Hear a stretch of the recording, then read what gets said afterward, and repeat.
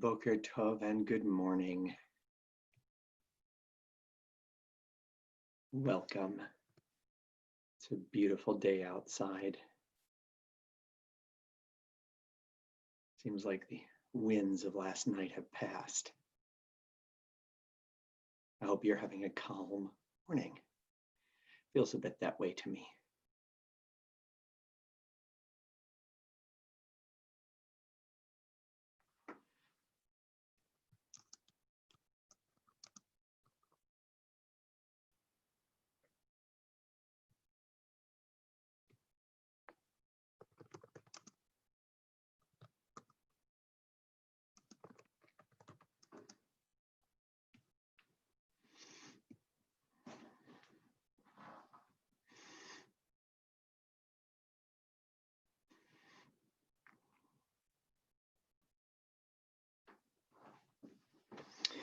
Yes, Boker Tov to all as we continue to come together this morning.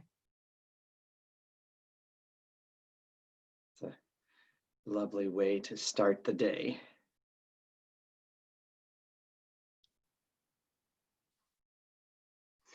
Good to see people joining us and saying hello this morning. Wonderful to be with you.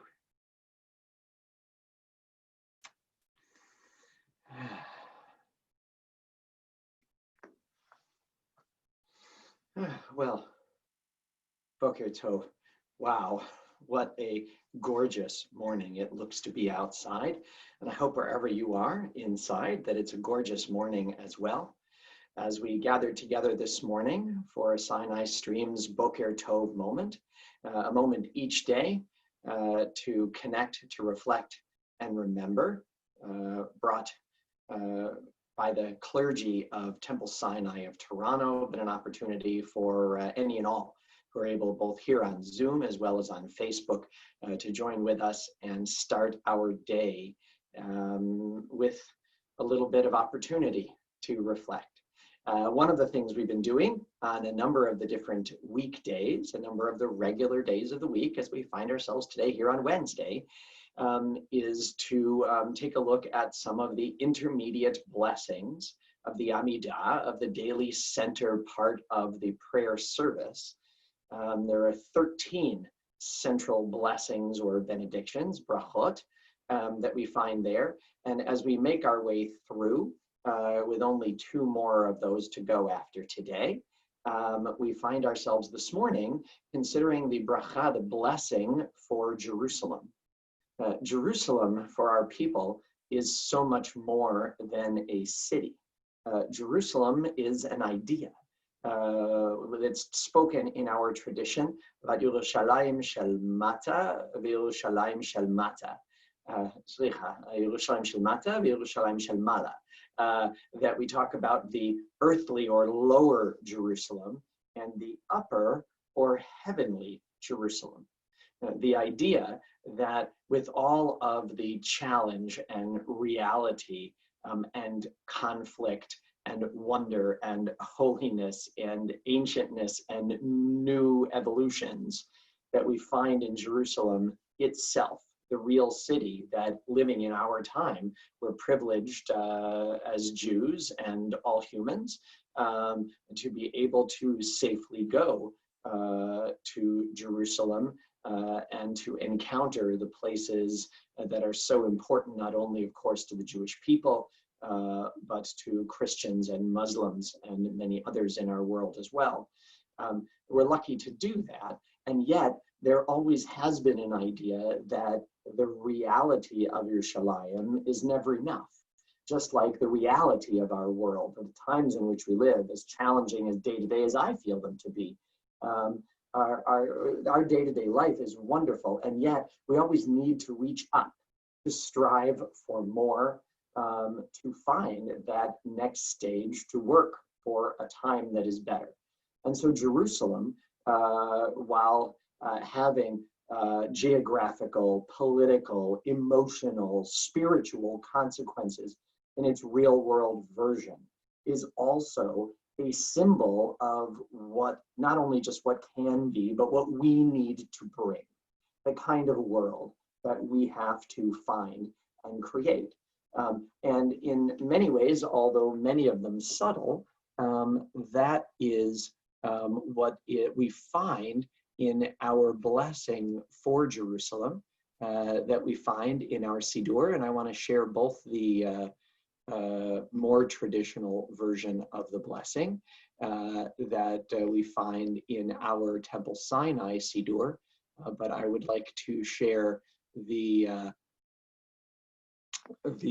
creative version of this blessing that we've created in our Siddur as well.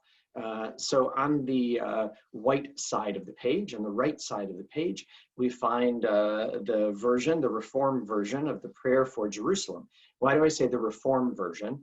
Because a historical version talks about Jerusalem as the place not only of the seat of the Beit HaMikdash, of the ancient temple in Jerusalem, which we recognize and value as part of our history, but also talks about the return of the temple and the sacrificial service to Jerusalem, something that and in the history of our modern movement, we do not pray for. We believe in progress, and that Jerusalem is working toward a new Jerusalem, not returning to one of ancient times with previous kinds of Jewish worship that we don't believe should be part of the future of our people as well. And so even this bracha is adapted, but the signature blessing at the end recognizes God as Bonei Yerushalayim, the builder of Jerusalem. And in Hebrew, that is a continuing idea. It's the one who continually builds Yerushalayim. In English, you can't tell. Builder sounds like the one who already in the past built this city, but that's not the sense of the Hebrew. There is a sense of continuity and movement.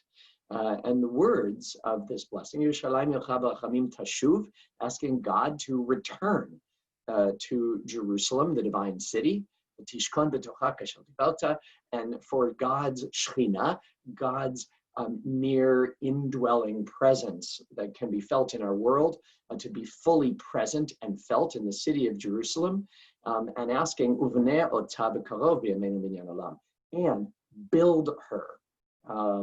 It says in English, may she be rebuilt, absolutely, but there's an urgency that one can feel in the Hebrew as well. May she be built forever, soon in our days.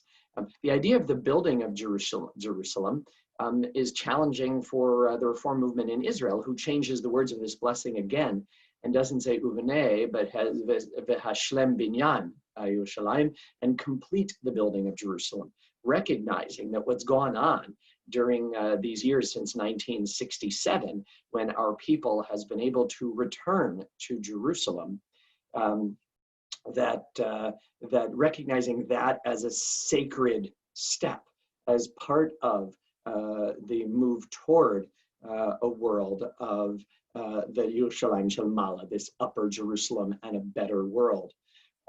While we recognize that as well, what we see here is a more traditional formulation. And because of the sense of continuity in the prayer, I didn't feel it was necessary to change it in the same way for us, but it is something that makes sense in the Israeli context in a different way.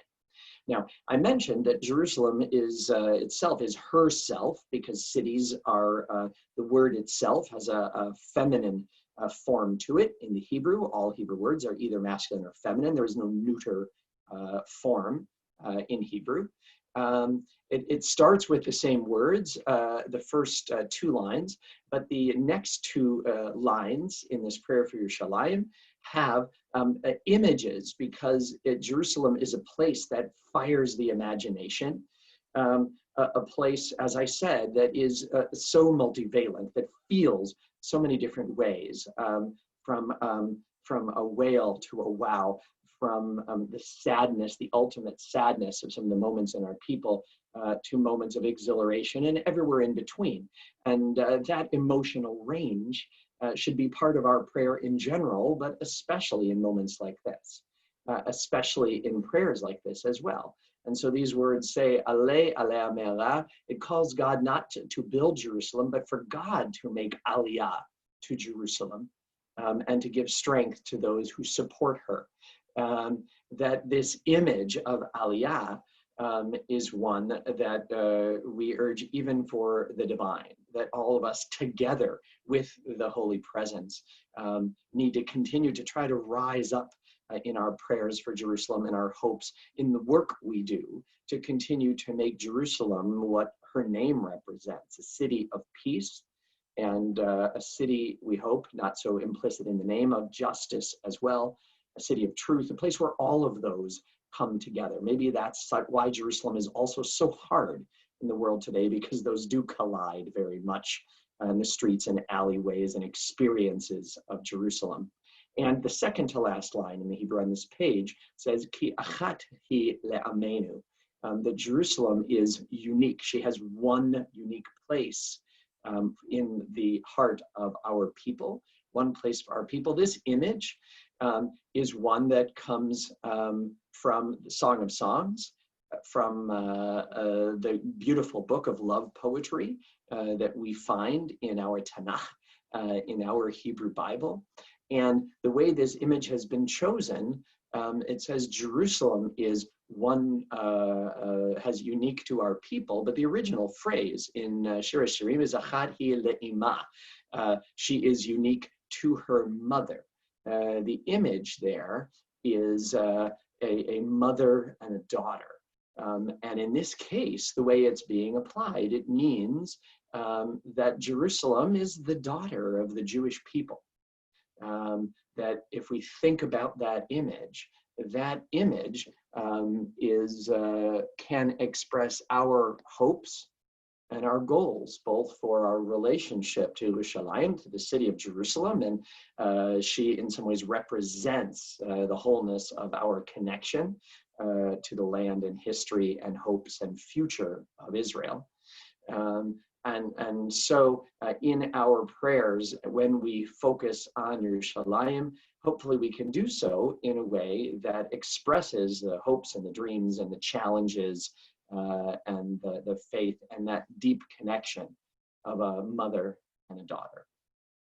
Always, prayer is so much not just about words, but about trying to evoke a different image, a different way to feel about something or some place or some moment or ourselves, and to find a way based on that to see ourselves and our world in a different way. Certainly these moments have caused us to look at ourselves and our world in a different way. And so, as is slightly different from what was our practice before, we recite our prayer for those in need of strength and healing, not merely on Torah days, but each and every day, especially during this time where we become so aware in a new way of something that was totally true before. That the need for health and the need for support in growth and healing. Wow, it's one of it. Our world can't look the same if those needs are expressing themselves in our life, in our family, in our community. And so for all those in need of strength and healing, we turn to these words of refuah. Mishiberach Avotenu Avraham Yitzchak v'Yaakov v'imotenu Sarah Rivka Leah v'Rachel v'yirapeh et kol makotenu v'yiratzon milfanecha Eloheinu l'achalimam u'lerapotam v'yishlach lanu me'era refuah shlema v'teret shalom v'nomar amen. May the one who blessed our ancestors bless and heal all who suffer. May it be the divine will to provide healing and strength. Reveal to us the holiness of life, the wholeness of shalom, and together we say, amen. As with each day, our moment of reflection is really not complete if we don't also take a moment to remember. And so on this day, on the 28th day of the month of Nisan, Wednesday, the 22nd of April, we summon to mind all those in our family, in our community, in our world, and especially in our country in these last difficult days, who have died in recent days and weeks, who died on this day in years past, or who we take into our hearts with our own. And so on this day, during the past 30, we extend our condolences to the families of Susan Friedman, Mark Gordon, Sidney Burns, Ann Williamson, Henry Schneider, Gloria Victor, Dorothy Besser, Harvey Leopold, Lorne Barsky, Hannah Glatter, Ruth Kelman. And we also remember all of the victims murdered in the mass shooting in Nova Scotia this past weekend, and all of their families. On your site, on the anniversaries of their deaths, we remember Benjamin Butel, Betty Breslauer, Max Emsig, Joseph Gold, Shirley Grotel, Esther Kagan, Edna Palanker, Cecilia Leah Schneider, Philip Schneer, Betty Singer, Simon Turkel, Louis Wall, Anne Zeit. Zichronam livracha. May their memories be a blessing to us. Our griefs and our sympathies are mingled as we turn in their memories to words sanctified by memory, words glorified by hope in the Kaddish Yatom. Yit gadal v'yit kadash shemei rabba, be'alma divarach yerutei v'yamlich malchutei, b'chayechon v'yomechon, v'b'chayei dechol beit Yisrael, v'agalau v'zman kariv v'imru amen. Yehei shmei rabba mevarach le'alam u'lalmei almaya, yitbarach v'yishtabach v'yitpa'ar v'yitromam v'yitnaseh, v'yithadar v'yit'aleh v'yithalal shemei d'kurisha barichu. Le'ela min kol birchata v'shirata, tushbechata v'nechemata, la'amiran be'alma v'imru amen.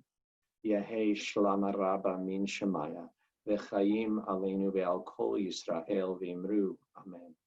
Oseh shalom bimromav, hu ya'aseh shalom, aleinu ve'al kol Yisrael v'imru amen. May the source of peace send peace to all who mourn, and bring comfort and strength to all who remember. And together we say, Amen. Make it a wonderful day. Boker Tov.